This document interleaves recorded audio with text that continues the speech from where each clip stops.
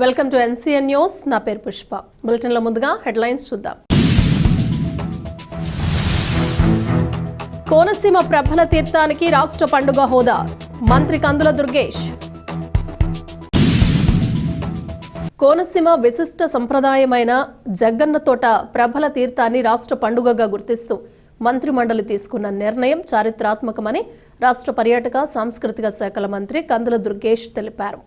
ఈ మేరకు ఆమోదం తెలిపిన ముఖ్యమంత్రి నారా చంద్రబాబు నాయుడుకు వారు హృదయపూర్వక ధన్యవాదాలు తెలిపారు. వెలగపూడి సచివాలయంలోని 4వ బ్లాక్ ప్రచార విభాగంలో మీడియా సమావేశం నిర్వహించారు. ఈ సందర్భంగా మంత్రి కందుల దుర్గేష్ మాట్లాడుతూ కీలక అంశాలను వెల్లడించారు. 400 ఏళ్ల సుదీర్ఘ చరిత్ర కలిగిన ప్రభల తీర్థానికి రాష్ట్ర పండుగ హోదా కల్పించడం ద్వారా తెలుగువారి సంస్కృతికి ఆచారాలకు ప్రభుత్వం పెద్దపీట వేసిందని హర్షం వ్యక్తం చేశారు. ఈ నిర్ణయంతో కోనసీమ ప్రాంతం ఆధ్యాత్మిక పర్యాటక కేంద్రంగా అంతర్జాతీయ స్థాయిలో మరింత గుర్తింపు పొందుతోందని, తద్వారా ప్రాంతీయ అభివృద్ధి సాధ్యమవుతుందని ఆశాభావం వ్యక్తం చేశారు. సంక్రాంతి పండుగ వేళ కనుమనాడు నిర్వహించే ఈ తీర్థం 11 పురాతన శైవ క్షేత్రాల కలయికతో అత్యంత వైభవంగా జరుగుతుందని వివరించారు. కౌశిక నదిలో ప్రభల ఊరేగింపు వంటి అద్భుత దృశ్యాలను చూడటానికి ఏటా సుమారు 6 లక్షల మంది భక్తులు తరలివస్తారని అంటున్నారు. ఇప్పటికే ప్రధాని నరేంద్ర మోడీ ప్రశంసలు, కేంద్ర పర్యాటక శాఖ గుర్తింపు పొందిన ఈ ఉత్సవానికి ఇప్పుడు రాష్ట్ర పండుగ హోదా రావటం గర్వకారణమని తెలిపారు. రాష్ట్ర పండుగ హోదా కల్పించడం ద్వారా భవిష్యత్ తరాలకు మరింత వారసత్వాన్ని మరింత భద్రంగా అందించేందుకు, ఉత్సవాలను మరింత సమర్థవంతంగా నిర్వహించేందుకు ప్రభుత్వం అన్ని చర్యలు తీసుకుంటుందని మంత్రి దుర్గేష్ స్పష్టం చేశారు. కోనసీమ ప్రభల తీర్థం అంటే ఒకేసారిగా కొన్ని వందల ప్రభలు లేస్తాయి.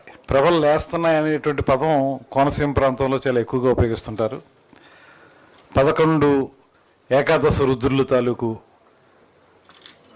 ప్రభలు ఒకేసారిగా ప్రయాణం చేసి జగ్గన్న తోట ఆ ప్రాంతానికి వచ్చి అక్కడ ఈ ప్రభల తీర్థం అనేది జరుగుతూ ఉంటుంది. ప్రతి సంవత్సరం కనుమ రోజున, ఏ రోజైతే కనుమ వస్తుందో ఆ రోజు అది జరుగుతుంది.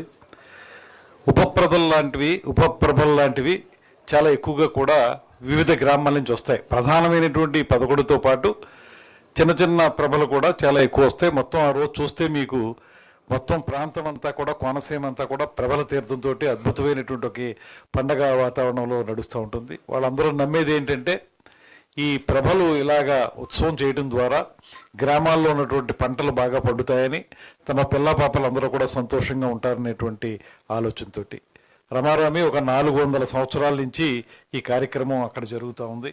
దీనికి పెద్ద ఎత్తున మన ప్రజల్లో చాలా గొప్ప గుర్తింపు ఉంది తప్పితే ప్రభుత్వ పరంగా ఉండవలసినటువంటి కార్యక్రమం ఇంతకుముందు వారు చేయలేదు.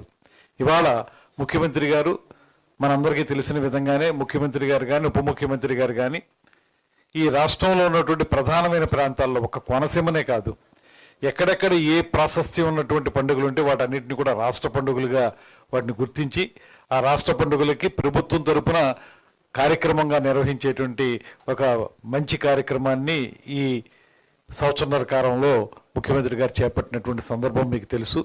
అందులో భాగంగానే ఒక క్యాలెండర్ కూడా తయారు చేసాం, ఈవెంట్స్ ఆఫ్ క్యాలెండర్.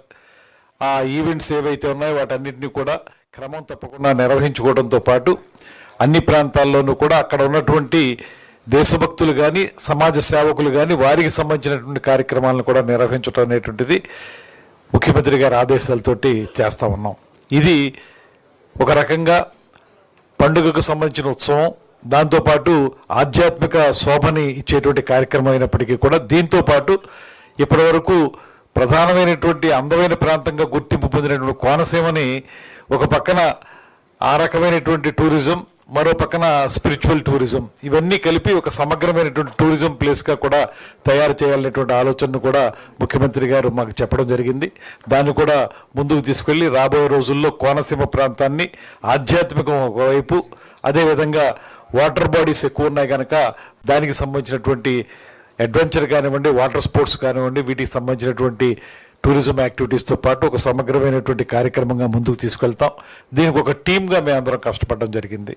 ఇది ముఖ్యమంత్రి గారికి చెప్పినప్పుడు మా తేజస్విని గారు దాన్ని ముందుకు తీసుకెళ్ళి, ఆ తర్వాత మేమందరం కూడా ముఖ్యమంత్రి గారికి దృష్టిలో పెట్టినప్పుడు ముఖ్యమంత్రి గారు కూడా దీని మీద వెంటనే స్పందించి చాలా కాలంగా దీన్ని చూస్తూ ఉన్నాం, దీన్ని తప్పనిసరిగా రాష్ట్ర ప్రభుత్వ పండగగా చేద్దామనేటువంటి మాట వారు చెప్పారు. దానికి సంబంధించిన జీవో ఇవాళ సాయంత్రం కానీ రేపు కానీ వస్తుంది. దీన్ని ప్రతి సంవత్సరం కూడా బాగా నిర్వహించుకోవడానికి వీలుగా ఒక కార్యక్రమాన్ని కూడా ఏర్పాటు చేసుకుంటున్నాం అనేటువంటి మాటను మీ అందరికీ మనవి చేస్తున్నాను.